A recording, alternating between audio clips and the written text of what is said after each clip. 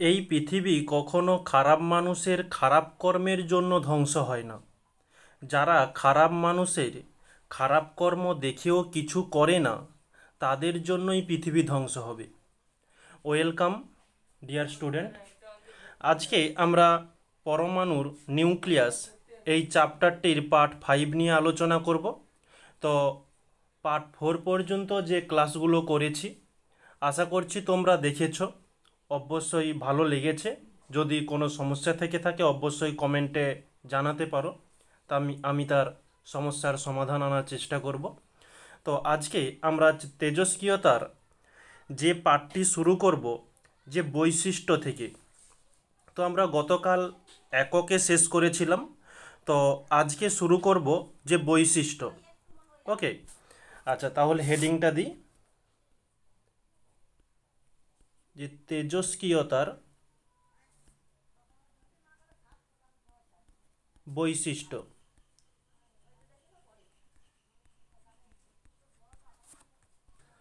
তো আমরা এর আগে যেগুলো আলোচনা করেছি প্রায় সেগুলোই এখানে বৈশিষ্ট্য হিসাবে আমরা পয়েন্ট করব। তো আমাদের 1 নম্বর পয়েন্ট, যে তেজস্ক্রিয়তা একটা নিউক্লিয় ঘটনা। এটা আমরা প্রথম ক্লাসে এই থিওরিতে আলোচনার সাপেক্ষে জেনেছি। তাহলে লিখে নেব যে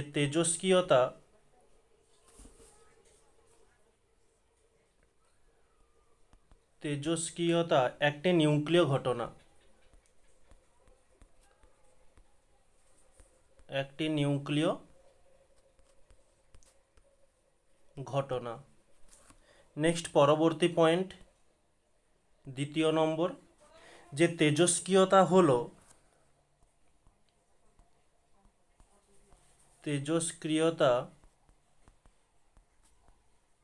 হলো নিউক্লিয়াসের ভাঙন বা বিঘটন।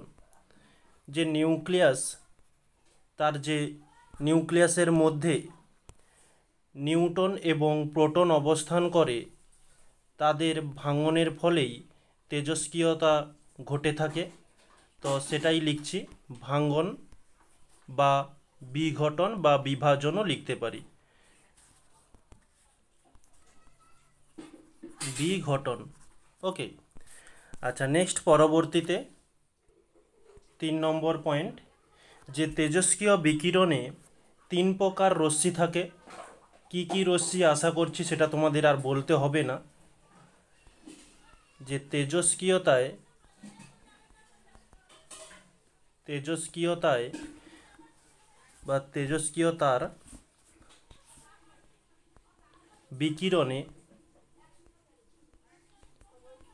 বিকিরণে 3 প্রকার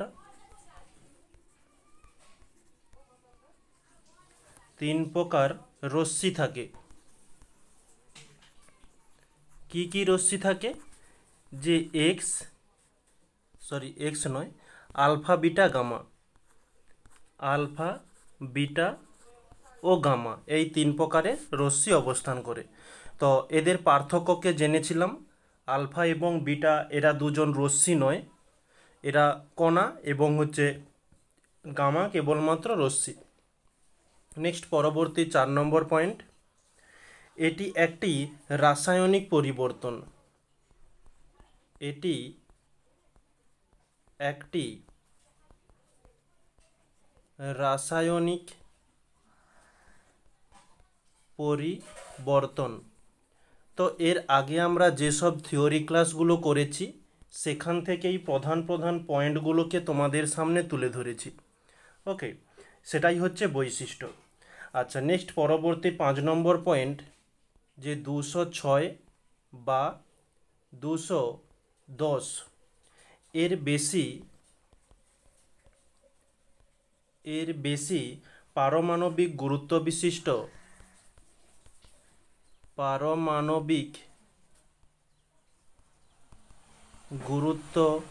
বিশিষ্ট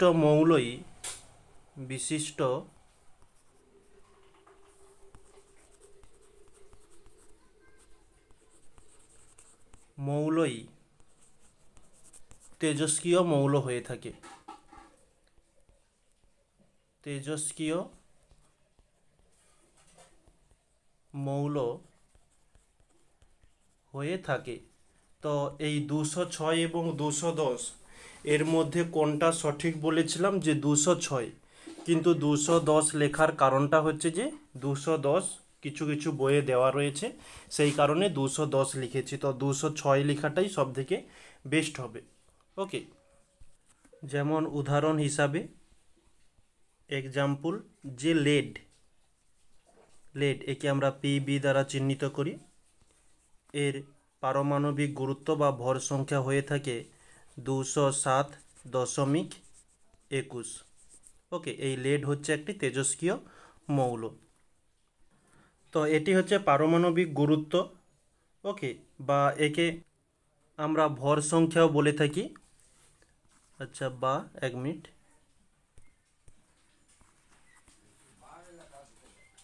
ওকে স্ক্রিনটা একটু কাজ করছিল না। বা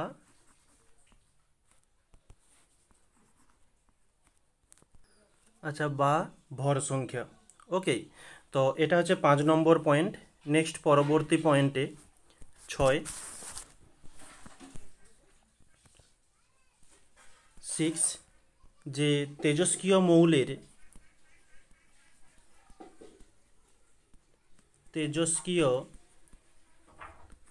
মৌলের পারমাণবিক সংখ্যা পারমাণবিক সংখ্যা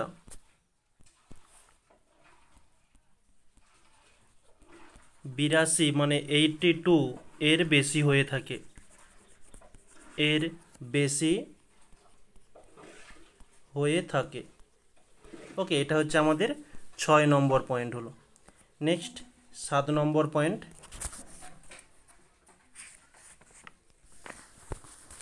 যে নতুন মৌলের ধর্ম ভিন্ন হয়ে থাকে। কালারটা চেঞ্জ করি। নতুন যে মৌলটা তৈরি হবে বিভাজনের পর, সেই নতুন মৌলের ধর্ম ভিন্ন হয়ে থাকে। ধর্ম ভিন্ন হয় মানে যেই মৌলটি থেকে বিভাজন হচ্ছে, যেটা আমরা জনন পরমাণু হিসাবে জানি, সেই জনক পরমাণুর থেকে যে দুহিতা পরমাণু সৃষ্টি হবে, সেই দুহিতা পরমাণুর ধর্মটা আলাদা হয়ে থাকে। নেক্সট পরবর্তী 8 পয়েন্ট,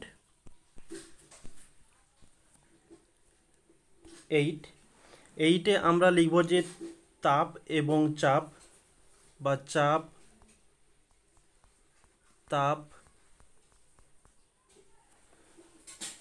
আলো, তড়িৎ ক্ষেত্র বা চৌম্বক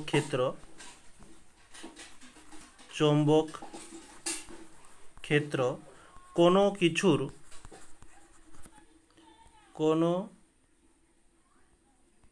কিছুর প্রয়োগে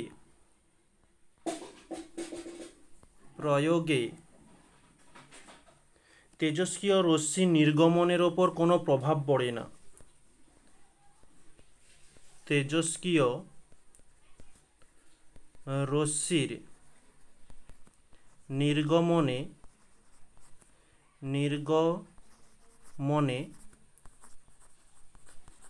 কোনো প্রভাব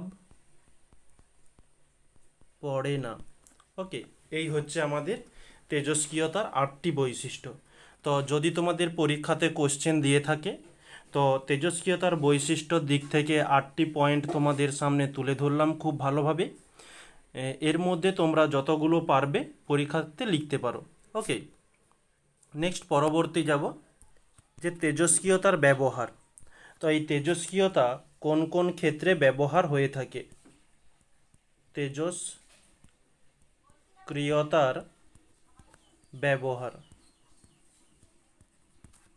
তেজস্ক্রিয়তার ব্যবহারে বলা হচ্ছে যে দৈনন্দিন জীবনে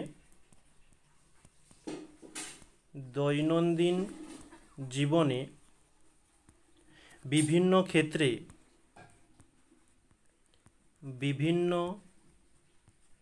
ক্ষেত্রে প্রাকৃতিক তেজস্ক্রিয়তার ব্যবহার হয়ে থাকে। প্রাকৃতিক তেজস্ক্রিয়তা। প্রাকৃতিক তেজস্ক্রিয়তা বলতে প্রাকৃতিক তেজস্ক্রিয়তা বা সাধারণ তেজস্ক্রিয়তা বা তেজস্ক্রিয়তা একই জিনিস।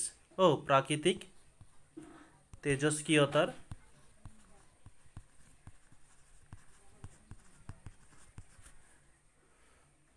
ব্যবহার।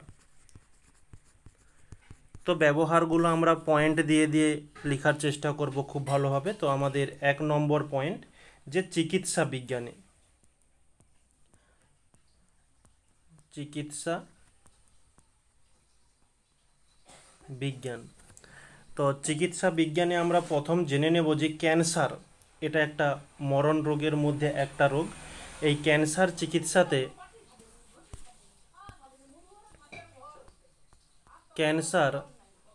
ক্যান্সার চিকিৎসায়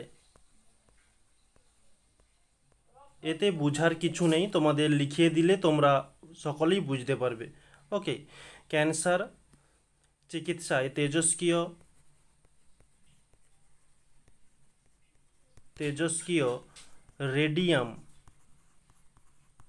রেডিয়াম এর সংকেতরা হয়ে থাকে, যার ভর সংখ্যা, আচ্ছা এটা হচ্ছে পারমাণবিক ক্রমাঙ্ক, যার ভর সংখ্যা হয়ে থাকে যে 223। ওকে, বা একে স্ট্যানসিয়াম বলা হয়ে থাকে। ওকে, স্টনসিয়াম বলা হয় এই রেডিয়ামকে। ও কোবাল্ট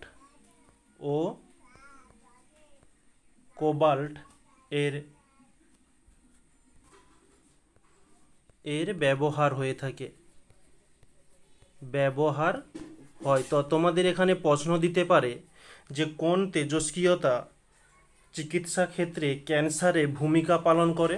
অবশ্যই রেডিয়াম বা কোবাল্ট হয়ে যাবে। ওকে, তো এটা হচ্ছে ক্যান্সারের জন্য। আরও কিছু রোগ রয়েছে, যেমন যে লিউকেমিয়া,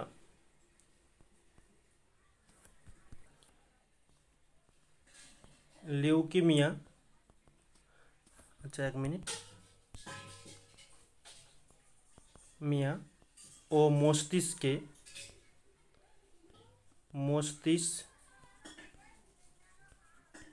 মস্তিষ্কের টিউমার চিকিৎসাতে ব্যবহার হয়ে থাকে। ওকে, টিউমার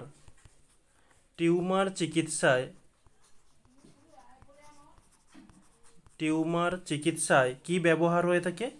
ফসফরাস তেজস্ক্রিয় ব্যবহার হয়ে থাকে। ফসফরাস এই তেজস্ক্রিয়টি ব্যবহার হয়ে থাকে। এটা হচ্ছে কিসের জন্য? যে লিউকেমিয়া বা মস্তিষ্কের টিউমারের ক্ষেত্রে এটি ব্যবহার হয়ে থাকে। তো তোমাদের বিশেষ করে এই ক্যান্সারের কথাটাই বা ক্যান্সার থেকেই প্রশ্নটা তোমাদের এসে থাকে। নেক্সট পরবর্তী রোগ হচ্ছে কি থাইরয়েড। তাহলে থাইরয়েড, 1 মিনিট, অন্তস্থ জটা। থাইরয়েড চিকিৎসায় তেজস্ক্রিয় আয়োডিন ব্যবহার হয়ে থাকে। তেজস্ক্রিয় আয়োডিন ব্যবহার হয়ে থাকে। ওকে, এবং আরও কয়েকটা রোগের নাম লিখে দিচ্ছি, যেগুলো বিশেষ একটা ইম্পর্টেন্ট নয়, তবুও তোমাদের সেভিংসের মধ্যে থাক যদি কোনো কারণে কাজে লাগে। যে রক্ত সঞ্চালন সংক্রান্ত সমস্যায়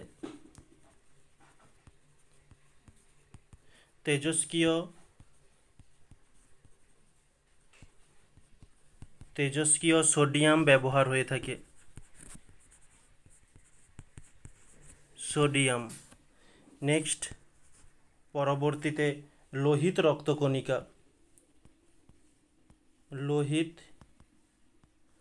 রক্তকণিকার পরিবর্তন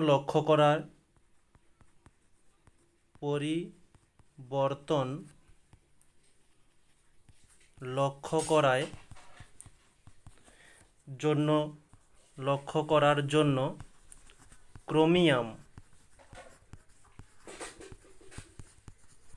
ক্রোমিয়াম 51 ব্যবহার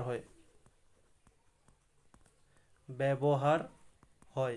ওকে, এটা হচ্ছে আমাদের চিকিৎসা বিজ্ঞানের দিক থেকে হয়ে গেল। নেক্সট পরবর্তী পয়েন্ট, যে শিল্পক্ষেত্রে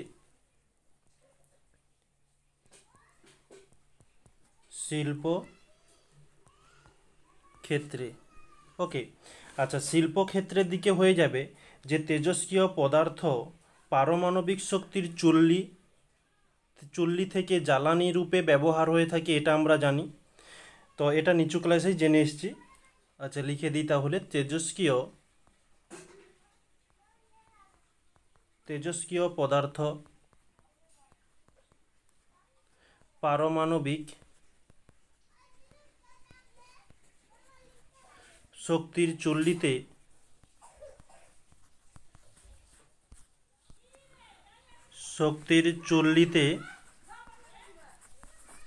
চুল্লিতে জ্বালানি রূপে ব্যবহার হয়ে থাকে, জ্বালানি রূপে ব্যবহার হয়। তো এই চুল্লির থেকে বিভিন্ন দুর্ঘটনাও ঘটেছে, সেগুলো নিয়ে আমরা পরে আলোচনা করব। আচ্ছা, এটা হচ্ছে আমাদের ফার্স্ট 1 নম্বর হয়ে গেল শিল্পক্ষেত্রের দিক থেকে। নেক্সট পরবর্তীতে যে আলফা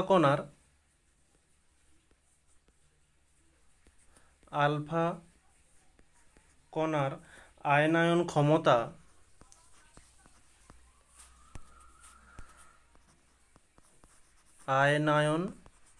ক্ষমতা দীপ্তিমান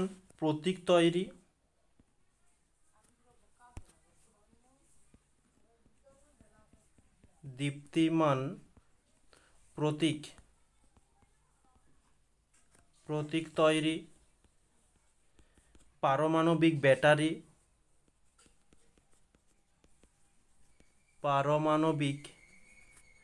ব্যাটারি তৈরিতে ব্যবহার হয়ে থাকে,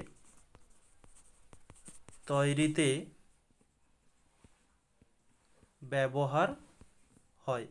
এটা হচ্ছে আমাদের তেজস্ক্রিয়তার ব্যবহার শিল্পক্ষেত্রের দিক থেকে হয়ে গেল। নেক্সট পরবর্তী পয়েন্ট করব যে প্রদীপ্ত রঙটা কি সেটা তোমাদের বলছি। যে প্রদীপ্ত রং, যে জিঙ্ক সালফাইড এর সঙ্গে যখন রেডিয়ামকে মিশিয়ে দেওয়া হয় তখন এক প্রকারের রং প্রস্তুত হয়, ওই রংটাকে আমরা বলবো প্রদীপ্ত রং। ওকে, তাহলে এখানে করব যে জিঙ্ক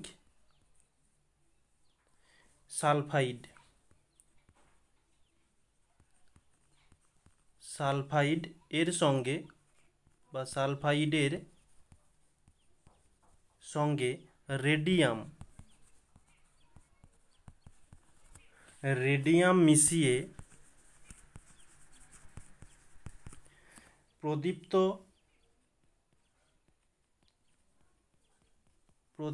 রং প্রস্তুত হয়।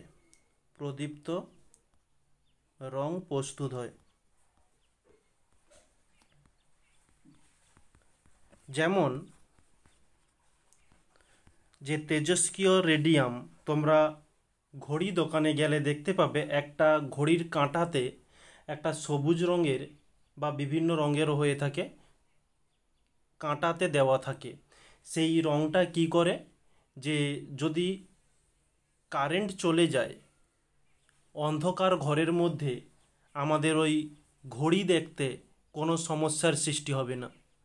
ধরো যে কোনো একটা দেওয়ালে লাগানো রয়েছে, যদি রুমে হঠাৎ কারেন্ট চলে যায়, অন্ধকার হয়ে যায়, তখন আমরা তো ওই ঘড়িটাকে কটা বাজছে দেখতে পারি না। তো এর জন্য ওর মধ্যে ওই প্রদীপ্ত রং দিয়ে দেওয়া হয়ে থাকে, যেটা অন্ধকারেও দেখা যায়। ওকে, যে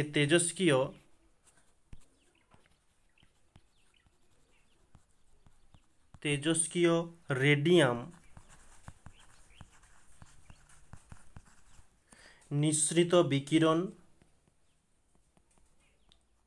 নিঃসৃত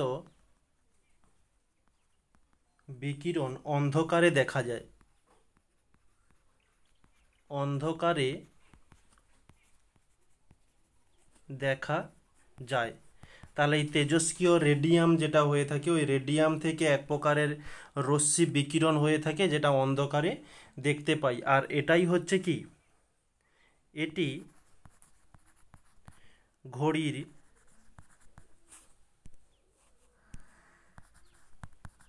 ঘড়ির কাঁটা বা ডায়ালে ব্যবহার হয়ে থাকে, ডায়ালে ব্যবহার হয়। ওকে, আচ্ছা, এটা হচ্ছে আমাদের প্রদীপ্ত রং কমপ্লিট হয়ে গেল। নেক্সট পরবর্তী পয়েন্ট, যে কৃষি ক্ষেত্রে, ওকে, তো এই যে ব্যবহার করাচ্ছি, এখান থেকেও কিন্তু তোমাদের লং কোশ্চেন এসে থাকে। তো কেমন লং কোশ্চেন আসে সেটা নিয়ে আলোচনা করব। এটা কমপ্লিট করে দিই, তারপরে যে তেজস্ক্রিয়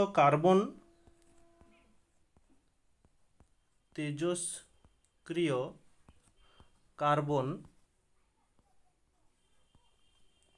উদ্ভিদের সালোক সংশ্লেষ সম্পর্কে, উদ্ভিদের সালোক সংশ্লেষ সম্পর্কে তথ্য দেয়, এটা হচ্ছে আমাদের 1 নম্বর হয়ে গেল কৃষিক্ষেত্রের দিক থেকে। নেক্সট হচ্ছে কোবাল্ট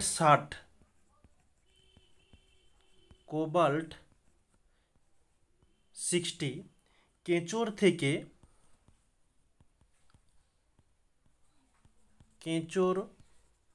থেকে আলু রক্ষার কাজে ব্যবহার হয়ে থাকে, আলু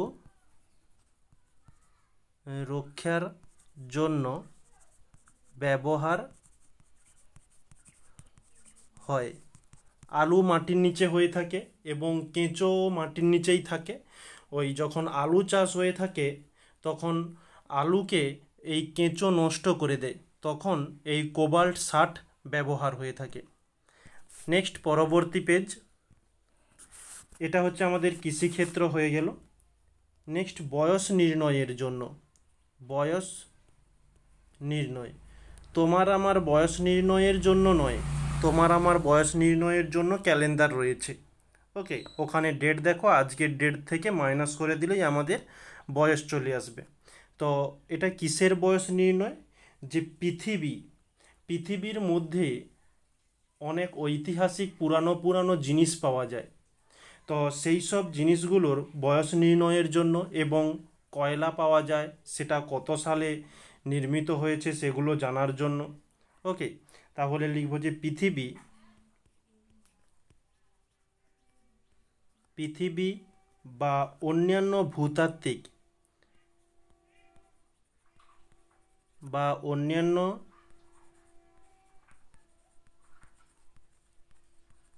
ভূতাত্ত্বিক বস্তুর বয়স নির্ণয়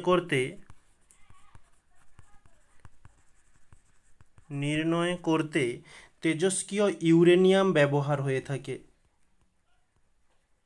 তেজস্ক্রিয়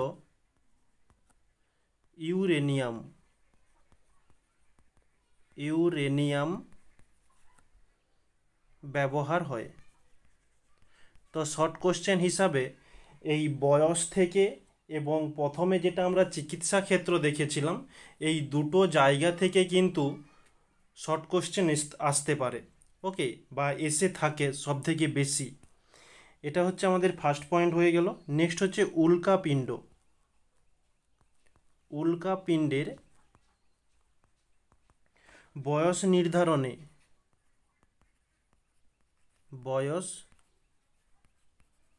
নির্ধারণে পটাশিয়াম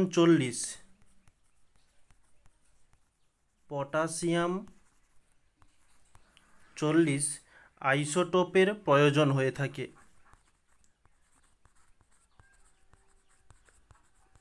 আইসোটোপের প্রয়োজন হয়।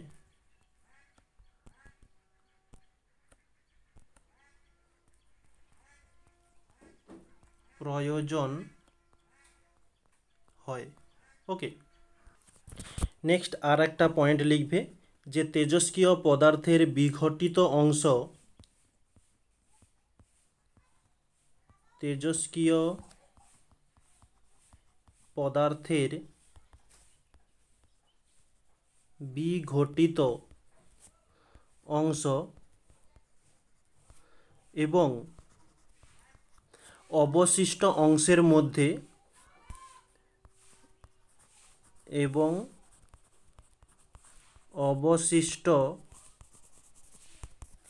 অংশের মধ্যে সিক্স কমাঙ্কযুক্ত কার্বন 12 ও 6 কার্বন 14 এর অনুপাত আলোচনা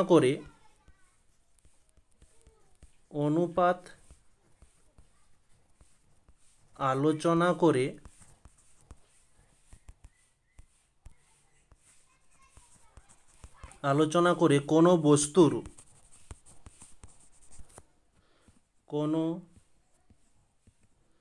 বস্তুর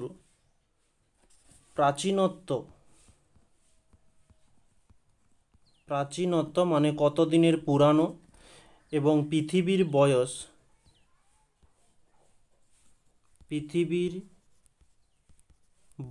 আমরা যে বইয়ে পড়ে থাকি 450 কোটি বছর পুরানো পৃথিবীর বয়স, বা পৃথিবীর বয়স 450 কোটি বছর আগে পৃথিবী সৃষ্টি হয়েছে, তো সেটাই এই তেজস্ক্রিয়তার সাহায্যে নির্ণয় করা হয়ে থাকে, ইত্যাদি নির্ণয় করা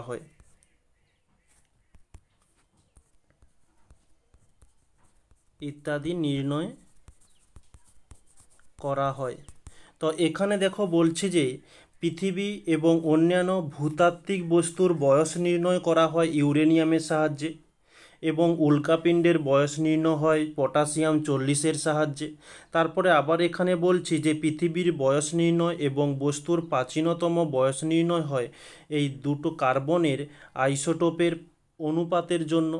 ওকে, দুভাবেই হয়ে থাকে, কিন্তু যখন এই অনুপাতকে কাজে লাগিয়ে বয়স নির্ধারণ হয়ে থাকে তখন এই পদ্ধতিটাকে কার্বন ডেটিং বলা হয়ে থাকে। ওকে, তো এখানে লিখে নেব এই পদ্ধতিকে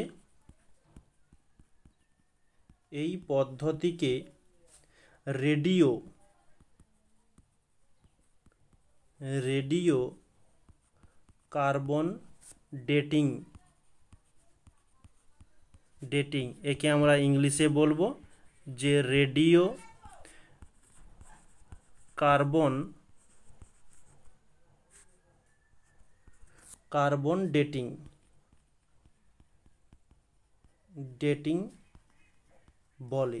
ওকে, এই হচ্ছে আমাদের ব্যবহার হয়ে গেল যে তেজস্ক্রিয়তা কোন কোন বিষয়ে ব্যবহার হয়ে থাকে। এবার তোমাদের এখানে কেমন শর্ট কোশ্চেন এসে থাকে এই ব্যবহার থেকে, তোমাদের বিশেষ করে এই চিকিৎসা ক্ষেত্রে ক্যান্সারের দিকটা জিজ্ঞাসা করে থাকে শর্ট কোশ্চেন হিসাবে, এবং শিল্প, দীপ্তম রং, কৃষিক্ষেত্র, বয়স নির্ণয়। তো এতগুলোর মধ্যে এই বয়স নির্ণয় থেকেই কিছু শর্ট কোশ্চেন এসে থাকে। তো দুটো জায়গা থেকে শর্ট কোশ্চেন আসে, বয়স নির্ণয় এবং চিকিৎসা থেকে। এবং তোমাদের এখান থেকে 2 নম্বরের কোশ্চেন কেমন আসে, যে পরীক্ষাতে দিয়ে থাকে যে তেজস্ক্রিয়তার ব্যবহার লেখো, এটা হচ্ছে 1 নম্বর প্রশ্ন হয়ে গেল। তো তোমরা এখানে পয়েন্ট করে দিতে পারো, না হলে তেজস্ক্রিয়তার থেকে 1টা পয়েন্ট, কৃষিক্ষেত্র থেকে 1টা পয়েন্ট, শিল্প থেকে 1টা পয়েন্ট, এরকম করেও তোমরা অ্যান্সারটি কমপ্লিট করতে পারো, কোনো অসুবিধা নেই। আবার একরকমই আবার দ্বিতীয় রকম টাইপের যে কোশ্চেনটি এসে থাকে যে তেজস্ক্রিয়তার ব্যবহার চিকিৎসা বিজ্ঞানে এর ভূমিকা কী, তখন চিকিৎসা বিজ্ঞানে কি রয়েছে এটা পুরোটা লিখতে হবে। বলতে পারে তেজস্ক্রিয়তার ব্যবহারের দিক থেকে চিকিৎসা এবং বয়স নির্ণয়ে এদের ভূমিকা কী, তখন বয়স নির্ণয় এবং চিকিৎসা সম্পর্কে লিখতে হবে।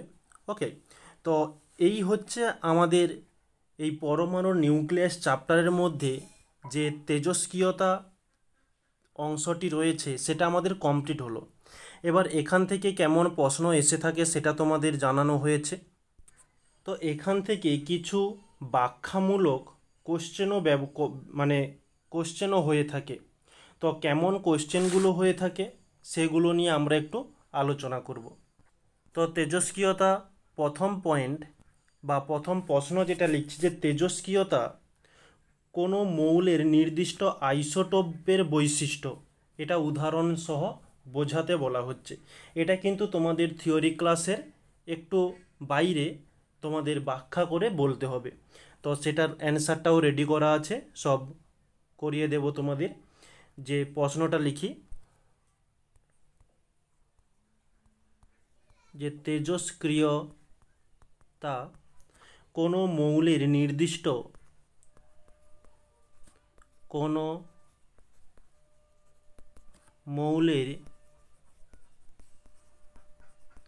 নির্দিষ্ট আইসোটোপ বৈশিষ্ট্য,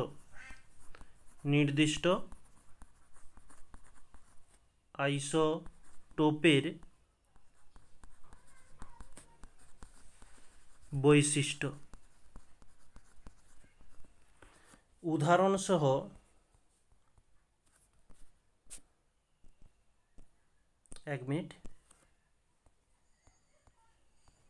উদাহরণ সহ বোঝাও। আচ্ছা, এর উত্তরটি কেমন হবে? উত্তরটি লিখিয়ে দিচ্ছি যে কার্বনের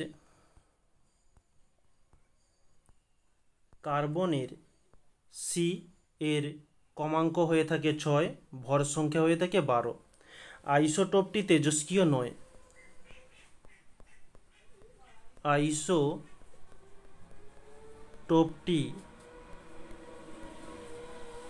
তেজস্ক্রিয় নয়, কিন্তু এই কার্বন এর ভর সংখ্যা 14 এবং কমাঙ্ক হচ্ছে 6। এই যে আইসোটোপটি, কার্বনের আইসোটোপ এটিও এবং এটাও রয়েছে আইসোটোপের মধ্যে। তোমরা ক্লাস 9-এ আইসোটোপ জিনিসটা কি জেনেছো। তো এই দুই আইসোটোপের মধ্যে কার্বন 12 এটা কিন্তু তেজস্ক্রিয় নয়, কিন্তু কার্বন 14 এটি হচ্ছে তেজস্ক্রিয় হয়ে থাকে। আইসোটোপটি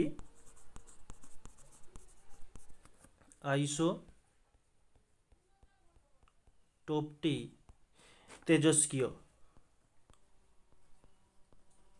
বা লিখতে পারি তেজস্ক্রিয় মৌল। আবার আরও একটা উদাহরণ, আবার ইউরেনিয়াম যার ভর সংখ্যা হয়ে থাকে 235 এবং কমাঙ্ক হয়ে থাকে 92, ও ইউরেনিয়ামের আরও একটি আইসোটোপ রয়েছে, ভর সংখ্যা 238 এবং কমাঙ্ক হয়ে থাকে 92।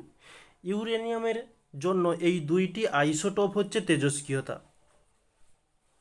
দুটো তেজস্ক্রিয়তা হলে কি হবে, দুটো কিন্তু একই ধর্মের নয়, এদের ধর্ম দুটো আলাদা। তো এখানে লিখে নেব এই দুই আইসোটোপ, এই দুটি তেজস্ক্রিয় আইসোটোপ,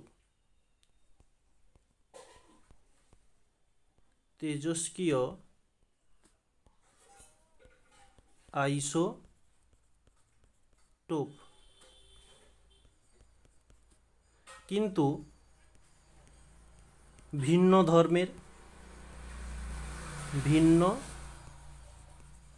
ধর্মের। তাই এখান থেকেই প্রমাণিত হচ্ছে যে তাই বলা যায় যে তেজস্ক্রিয়তা কোনো নির্দিষ্ট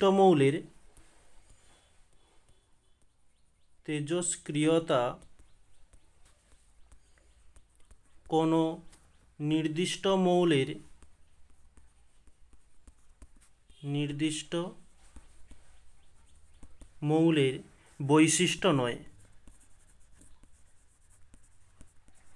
বৈশিষ্ট্য নয়, বরং কোনো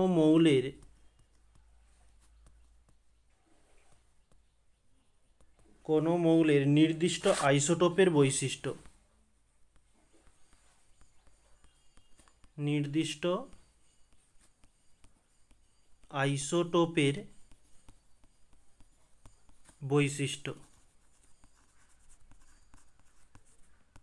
ওকে, যেমন এই যে এটা বলা হলো বরং কোনো নির্দিষ্ট আইসোটোপের বৈশিষ্ট্য, এই কথাটার অর্থ দেখো যে ইউরেনিয়াম ভর সংখ্যা হয়ে থাকে 235 এবং কমাঙ্ক হয়ে থাকে 92।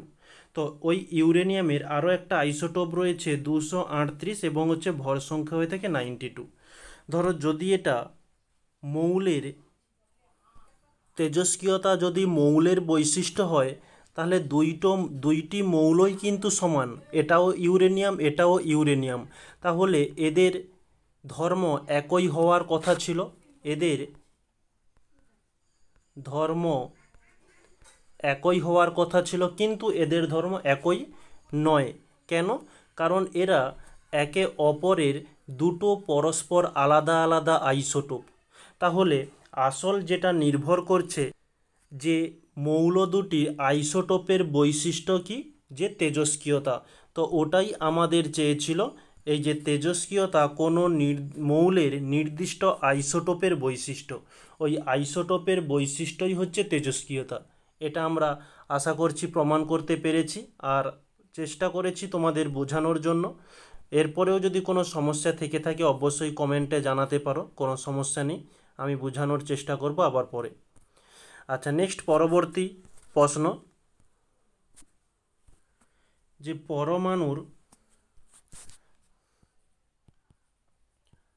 পরমাণুর কেন্দ্রে ইলেকট্রন না থাকা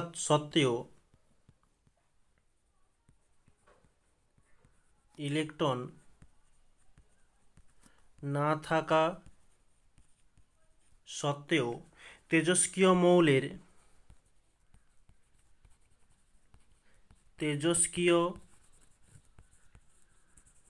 মৌলের পরমাণুর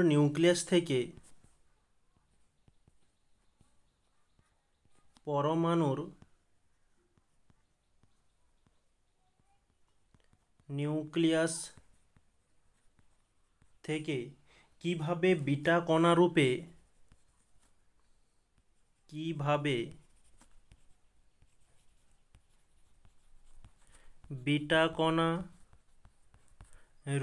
ইলেকট্রন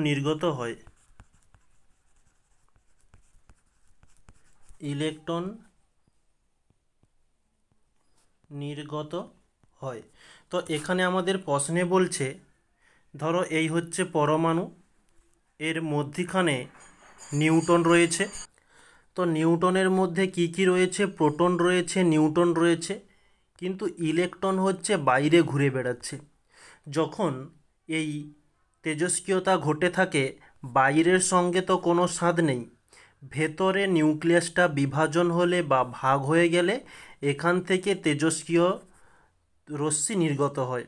তো এখানে বলছে ইলেকট্রন কিভাবে নির্গত হয়। ইলেকট্রন তো ভেতরে নিউক্লিয়াসের মধ্যে নেই, তবুও বিটা কণা নির্গত হওয়ার সময় বিটা কণার বৈশিষ্ট্যতে বলেছিলাম যে ইলেকট্রন -1 নির্গত হয়ে থাকে। ওকে, এই ইলেকট্রনটা আসে কোথা থেকে, এটাই হচ্ছে আমার এই প্রশ্নে বলা হচ্ছে। তো এর উত্তরটা হয়ে যাবে, এই কেন্দ্রের মধ্যে যে প্রোটন এবং নিউট্রন থাকে, এই নিউট্রন যখন বিভাজিত হবে, যখন ভেঙে যাবে, এখান থেকে একটি প্রোটন সৃষ্টি হবে, একটা ইলেকট্রন সৃষ্টি হবে এবং এখানে শক্তি তৈরি হবে। তাহলে বোঝা গিয়েছে যে ইলেকট্রনটা কোথা থেকে আসবে, যে নিউক্লিয়াসের মধ্যে প্রোটন এবং নিউট্রন থাকে। তো এই প্রোটন এবং নিউট্রন থাকা সত্ত্বেও ইলেকট্রনটা আসে কোথা থেকে, না ওর মধ্যে যে নিউট্রনটা থাকে ওই নিউট্রনটা বিভাজিত হয়ে প্রোটন তৈরি হয়, ইলেকট্রন তৈরি হয় এবং শক্তি তৈরি হয়। ওকে, আচ্ছা, ঠিক এই কথাটাই এখানে আমি লিখে নেওয়ার চেষ্টা করব, যে তেজস্ক্রিয়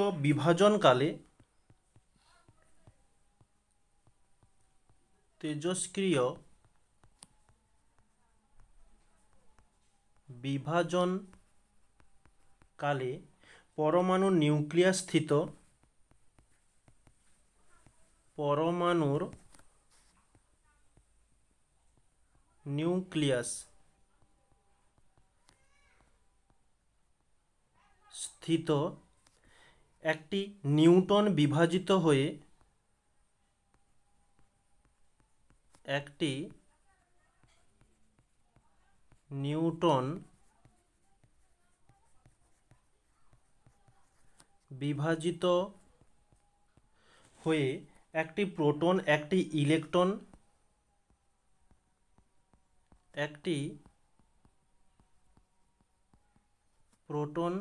ও একটি ইলেকট্রন ও শক্তি নির্গত হয় ওই উৎপন্ন ইলেকট্রনই নিউক্লিয়াস থেকে বিটা কণা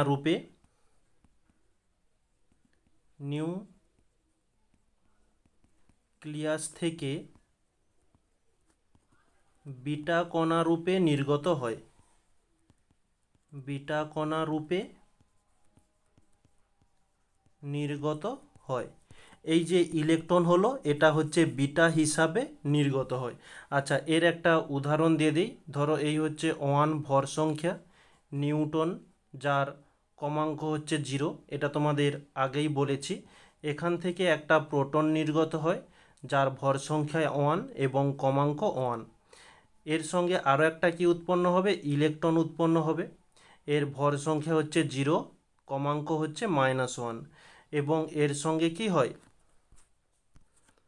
প্লাস হচ্ছে শক্তি উৎপন্ন হয়ে থাকে। ওকে, নেক্সট পরবর্তী প্রশ্ন, যে আলফা ও বিটা কণাগুলি আধানযুক্ত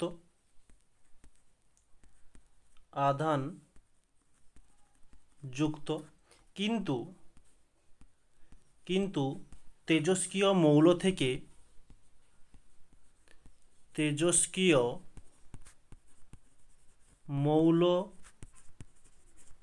থেকে আলফা ও বিটা কণা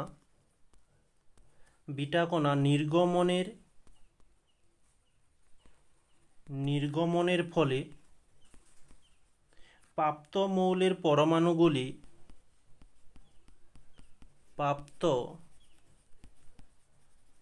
মৌলের পরমাণুগুলি নিস্তড়িত হয় কিভাবে?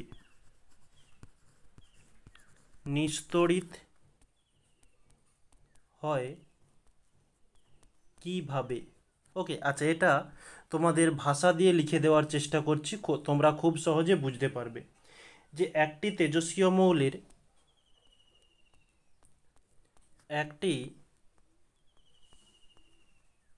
তেজস্ক্রিয় মৌলের নিউক্লিয়াস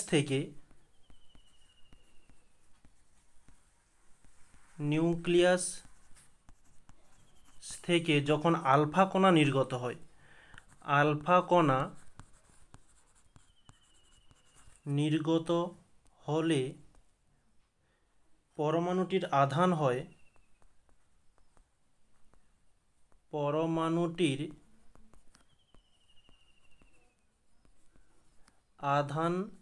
হয় কত?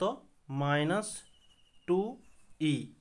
ওকে, তো -2 এটা আধান, আলফা কণার আধান হয়ে থাকে -2। এটা আমরা আলফা কণার বৈশিষ্ট্যতেই জেনে এসেছি, এই পর্যন্ত কোনো সমস্যা নেই। যখন এখানে -1 হয়েছে, এর পাশে যে ইলেকট্রনটা রয়েছে -e এর আধান, তো প্রত্যেকের ইলেকট্রনের পাশে আরেকটা ইলেকট্রন রয়েছে। এর পাশে যে ইলেকট্রন রয়েছে তাকে এই -2 দিয়ে দিলে কি থাকবে? এর কিছুই থাকবে না, এটা নিস্তড়িত হয়ে যাবে। কিছুই নেই মানে কি? নিস্তড়িত। এটা হচ্ছে আলফা কণার হয়ে গেল। বিটা কণার কি হয়ে থাকে? +1 হয়ে থাকে, +1e। তো এটা +1 আছে, এর পাশে যে ইলেকট্রনটি আছে তাকে যদি এই +1টা দিয়ে দেয়, +1টা যদি নিয়ে নেয়, এখানে বিটা কণার জন্য কি হচ্ছে -1 ইলেকট্রন এটা হচ্ছে গ্রহণ করবে বলতে এখানে +1 তো রয়েছে, যখন গ্রহণ করবে তখন -1 হয়ে যাবে। কেন কেন গ্রহণ করলে তো +1 হবে, -1 হবে কিভাবে? ধরো তুমি এক ব্যক্তি, তুমি বন্ধুর কাছ থেকে 1 টাকা নিয়েছো, অর্থাৎ +1 হয়ে যাবে না, -1 হবে। কেন হবে -1? কারণ তুমি -1 ঋণী হয়ে গিয়েছো, তুমি অন্যের কাছ থেকে ধার করেছো, অর্থাৎ ঋণে পড়ে গেছো, এই কারণে তোমার -1 হয়েছে। যখন তুমি এই -1টা তোমার বন্ধুকে দিয়ে দিবে, তখন তোমার কি, তুমি ঋণ মুক্ত হয়ে গিয়েছো, তোমার মাথার মধ্যে আর কোনো ঋণ নেই, তাহলে এটা হচ্ছে +1 হয়ে যাবে। ঠিক সেরকমই ঘটনাটা এখানেও ঘটছে। প্রথম দেখো -1 ছিল, -1 বলছি, এটা হচ্ছে -2 ছিল। ওকে, মানে অন্যের কাছ থেকে 2 টাকা ধার করে নিজের কাছে রেখেছিল, যখনই সেই বন্ধুকে 2 টাকা দিয়ে দিল, তাহলে আমার মাথার মধ্যে কোনো ধার নেই, কোনো ঋণ নেই, অর্থাৎ কোনো চাপ নেই, অর্থাৎ +2 হয়ে গেল। এই +2 -2 কেটে গিয়ে এটা কি হয়ে গেল, নিস্তড়িত হয়ে গেল, নিস্তড়িত, যে আমার মধ্যে আর কোনো চাপ নেই, আমি বাবু বিন্দাস। নেক্সট পরবর্তীটার ঘটনাটা কি ঘটছে, এর কাছে +1 ছিল, অর্থাৎ এ অন্য ব্যক্তির বা কোনো ব্যক্তির কাছে ঋণী নয়। ওকে, আবার পুনরায় যখন সে অন্য ব্যক্তির কাছ থেকে ঋণ নিল, তখন তার -1 হয়ে গেল, কারণ ঋণ নিয়েছে, ধার করেছে, তার মাথার উপর চাপ আছে, এই কারণে -1। এবার +1 -1 কেটে গিয়ে এ কি হয়ে গেল, নিস্তড়িত হয়ে গেল। ওকে, ঠিক এই ঘটনাটাই এখানে ঘটছে। আশা করছি তোমাদের সহজভাবে বুঝাতে পেরেছি। এবার এটা ক্লিয়ার করে একটু ভাষা দিয়ে লিখে দেব। ওকে, তখন ওই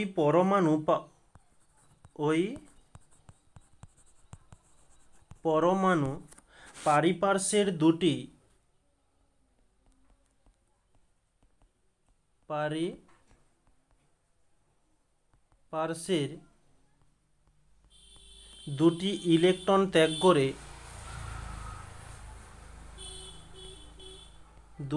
ইলেকট্রন ত্যাগ করে নিস্তড়িত হয়ে যায়, নিস্তড়িত হয়। এটা হচ্ছে আলফা কণার জন্য হয়ে গেল। নেক্সট পরবর্তীতে আবার কোনো তেজস্ক্রিয়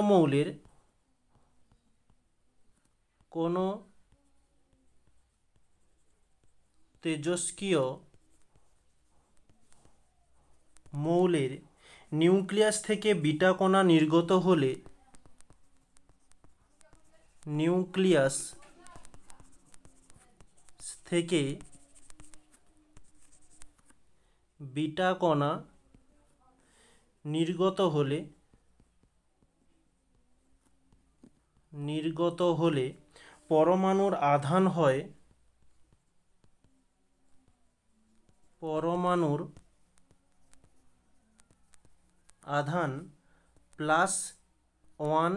+1e। ওকে, তখন ওই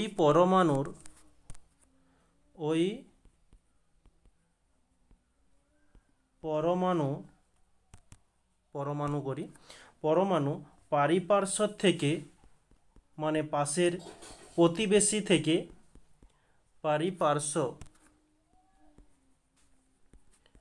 পার্শ্ব থেকে একটি ইলেকট্রন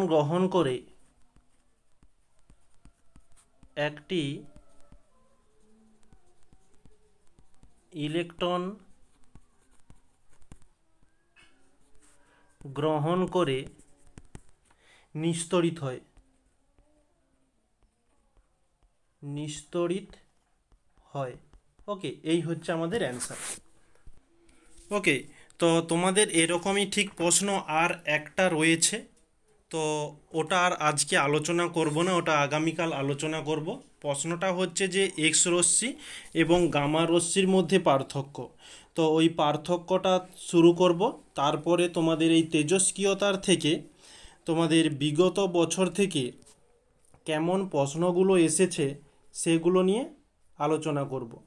ওকে, তো আজকের এই ক্লাসটি তোমাদের দেখতে পাচ্ছ 50 মিনিট হয়ে গিয়েছে, তো আর এটা লেন্দি করব না, করলেও করা যায়, কোনো অসুবিধা নেই।